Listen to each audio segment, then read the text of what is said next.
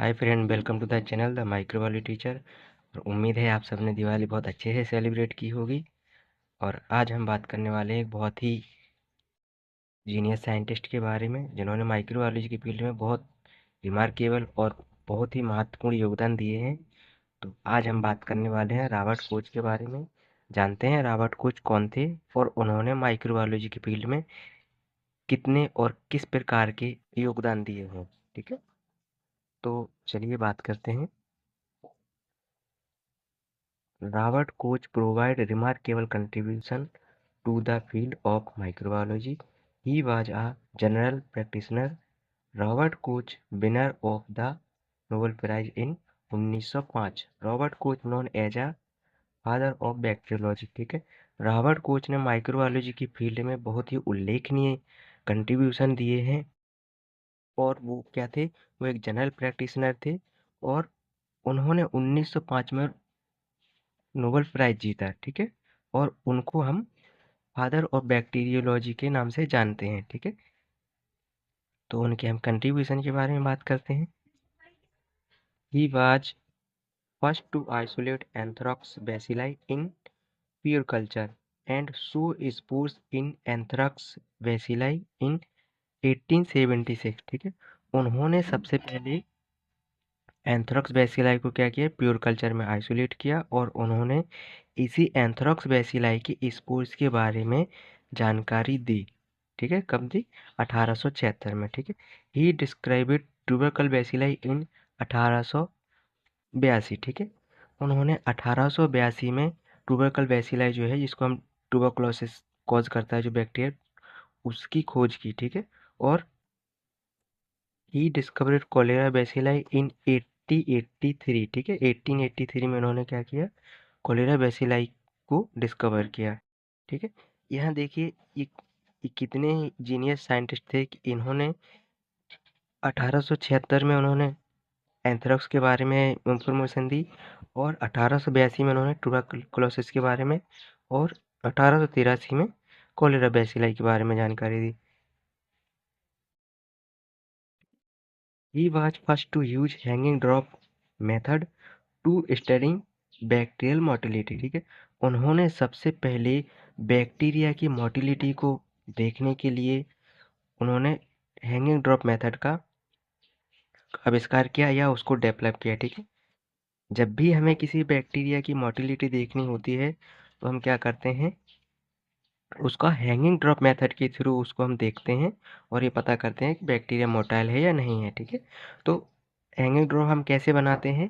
जैसे ही हमने bacterial suspension लिया या हमने ब्रॉथ लिया, ब्रॉथ को क्या किया?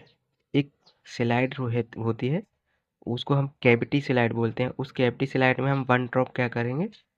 उस सॉल्यूशन का डालेंगे या ब्रॉथ का डालेंगे और उसको डालने के बाद हम क्या करेंगे?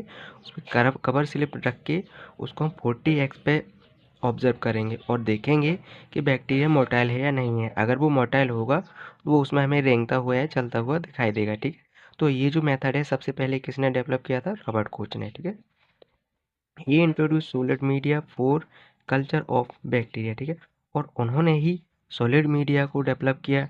ठीक है, और he introduce staining technique by using aniline dye. ठीक है, ये जो है एक ये याद रखने लायक बात है ये, कि अगर कोई पूछे कि रॉबर्ट कोच ने स्टेनिक टेक्निक्स में किस रीजेंट या किस डाई का यूज किया था, तो हमारा आंसर क्या होगा? Aniline dye. ठीक है, एलिनिन डाई जो है वो इन्होंने यूज की थी। ठीक है, किसके रूप में? अभिरंजक के रूप में।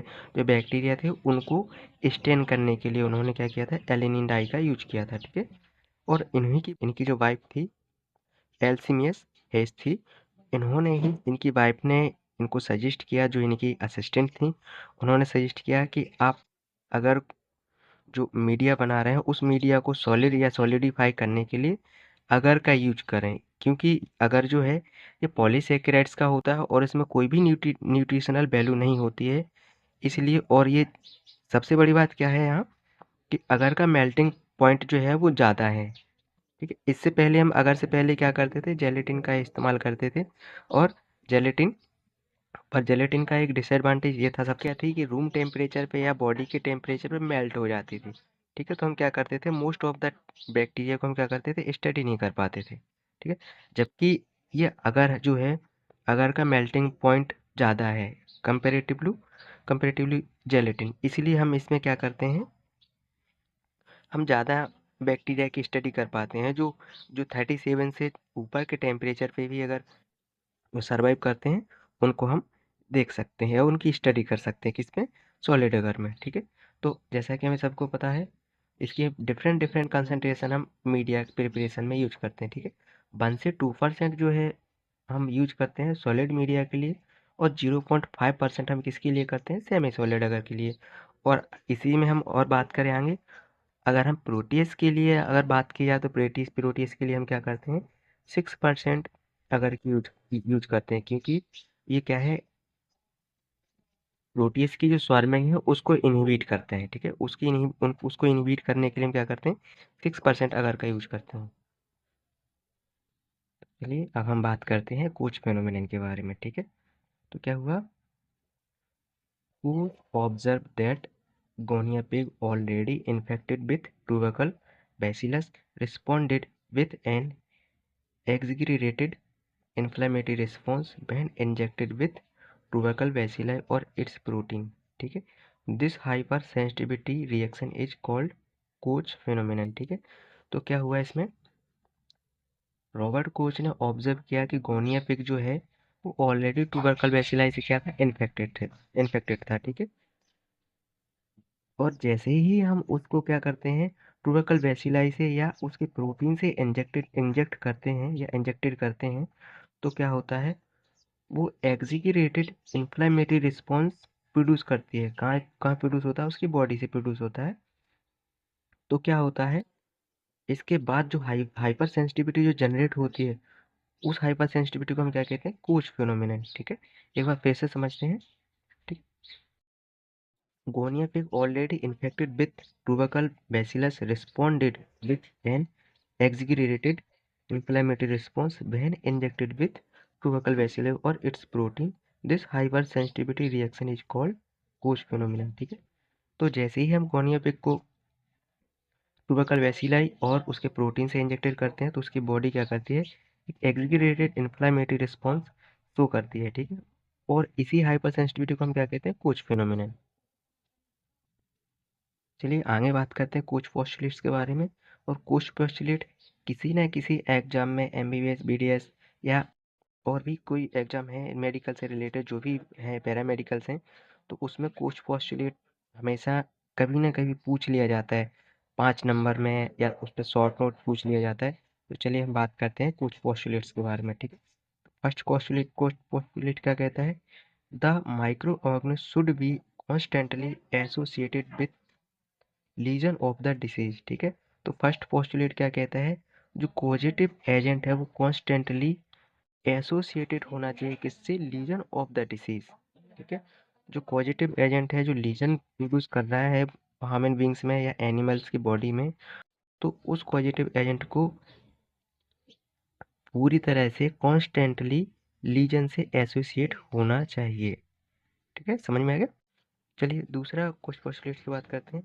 It should be possible to isolate the organism in pure culture from the lesion of the disease, ठीक है। अब दूसरा क्वेश्चन पोस्टुलेट क्या कहता है, जो भी पॉजिटिव एजेंट है वह प्योर कल्चर में ऐसा होना चाहिए कि जिसको हम क्या करें, प्योर कल्चर में आइसोलेट कर सकें, ठीक है, ठीक है। It should be possible to isolate the organism in pure culture from the lesion of the disease. तो जो इसमें पॉजिटिव एजेंट है वो ऐसा होना चाहिए जिसको हम डिसीज के लीजन से प्योर कल्चर में आइसोलेट कर सकें, ठीक है। तो तीसरा पोस्टुलेट है, the same disease must be result when the isolated microorganism is inoculated into suitable laboratory animal, ठीक है। अब तीसरा पोस्टुलेट क्या कहता है, वही सेम डिसीज डेवलप होना चाहिए जो फर्स्ट कुछ पोस्टुलेट में बात की जा रही है। जो यहाँ फर्स्ट कुछ पोस्टुलेट में डिसीज कॉज कर रहा है बैक्टीरिया, वही डिसीज यहाँ तीसरे कुछ पोस्टुलेट्स में होना चाहिए। कब होना चाहिए, जब हम उसको किसी लेबोरेटरी एनिमल में इनोकुलेट करते हैं, या जो हमारा लेबोरेटरी एनिमल है उसको हम क्या करते हैं, जो आइसोलेटेड हमारा ऑर्गेनिज्म है उसको हम जैसे ही इनोकुलेट वो इंजेक्ट करते हैं किसमें, लेबोरेटरी एनिमल में, तो सेम डिसीज कॉज होती है, जो फर्स्ट जिसके बारे में हम फर्स्ट पोस्टुलेट में बात की है, और वही डिसीज इस थर्ड पोस्टुलेट्स में होना चाहिए। ठीक है, समझ में आ गया। तो चलिए हम आगे बात करते हैं। चौथा पोस्टुलेट क्या कहता है, it should be possible to the isolate the organism in pure culture from the lesion produced in the experimental animal। ठीक है, तो चौथा तो चौथा पोस्टुलेट क्या कहता है कि जो एनिमल जो है,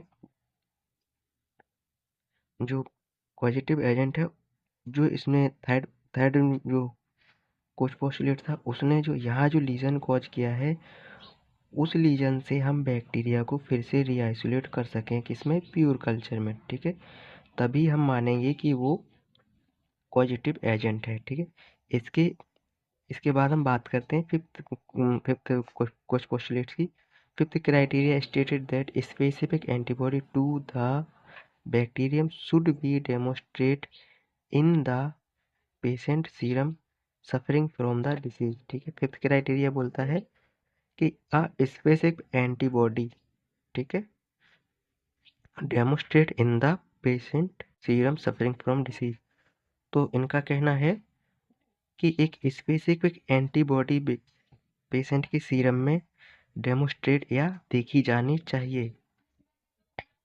ठीक है, देखिए, जो एंटीबॉडी स्पेसिफिक एंटीबॉडी देखी जानी चाहिए किसके अगेंस्ट, जो पॉजिटिव एजेंट है उसके अगेंस्ट एक स्पेसिफिक एंटीबॉडी देखी जानी चाहिए या डेमोस्ट्रेट होना चाहिए किसमें, पेशेंट के सीरम में। ठीक है, जो क्या है, उस पॉजिटिव एजेंट की वजह से बीमार हुआ है। ठीक है, चलिए